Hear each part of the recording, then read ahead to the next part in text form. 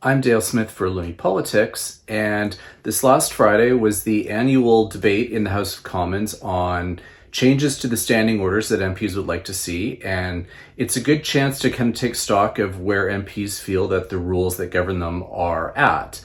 And we had some high-profile examination of question period, mostly from Liberal MP Corey Hogan.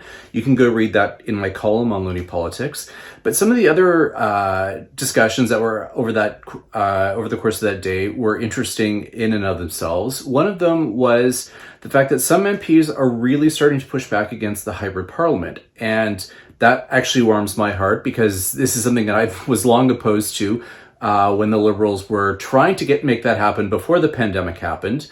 And it's caused a lot of problems since, some of which include the fact that MPs no longer can really set boundaries if they're expected to be available by Zoom at any hour of the day, meaning that, if they're sick or on mat leave or any kind of other health-related issues, that they are expected now to be able to be on camera at any point, which is unfair and which sets an unrealistic standard and also creates this sense of presenteeism where you must be present even if you're not really fit or able to be.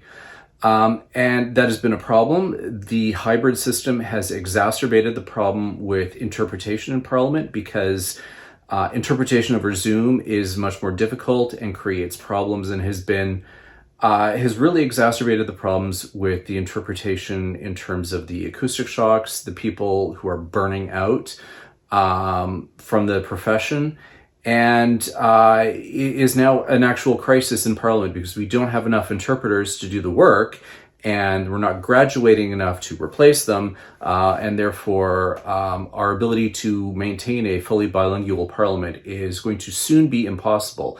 And hybrid parliament has been one of the factors that has made that a problem. There's been other conversations in there as well around whether it's time to end the use of the remote voting app. Again, this is one of these things that I think is a problem for a parliament because there's a great deal of symbolic value to be able to stand in your place to vote. But it also creates other problems, one of which is actually availability of ministers. In the days before the voting app, during votes was one time when any MP could be able to find a minister because they would be in the House, and you could buttonhole them on a particular issue that you or what your constituents are having that is within their responsibility and that they can take action about. Now, what happens is that as soon as the vote is called, ministers take off and they vote from the back seat of their cars, meaning that MPs aren't able to actually get a hold of ministers to talk about the issues that are important to them and their constituents on a frequent enough basis. And I think that's a real problem for how our parliament is supposed to work. And it also creates more problems than it solves. An actual good example of this is the fact that we are in a minority parliament. It can be advantageous for the fact that there can be strategic absences from voting, particularly if you don't actually want to bring the government down, but you need to put on a good show.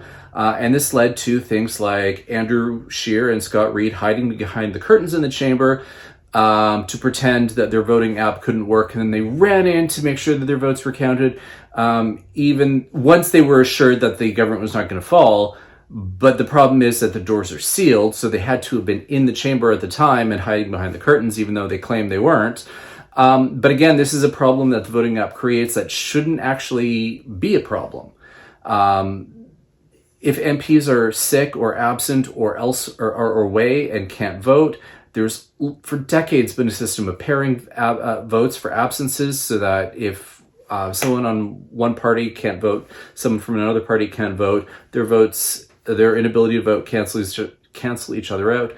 That system should be restored, and there's no real point in having this voting app anymore. This is actually creating problems and is really attacking the fundamentals of why we have the traditions we do in our parliament. So These were things that came up during this discussion, largely from conservatives, but you can start seeing how these changes are starting to weigh on some of the other MPs as well. I think undoing those changes will be a tough fight, particularly because the Liberals did want to make these kinds of changes before the pandemic happened, and that was the perfect excuse for them to ram them through and keep them in place. But MPs are having this discussion, and I think that's important, and I think it's good, and I think it's great if we can start undoing some of the rule changes that happened during the pandemic because they have caused more problems.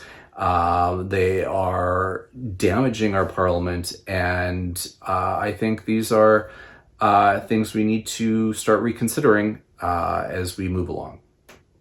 For Looney Politics, I'm Dale Smith.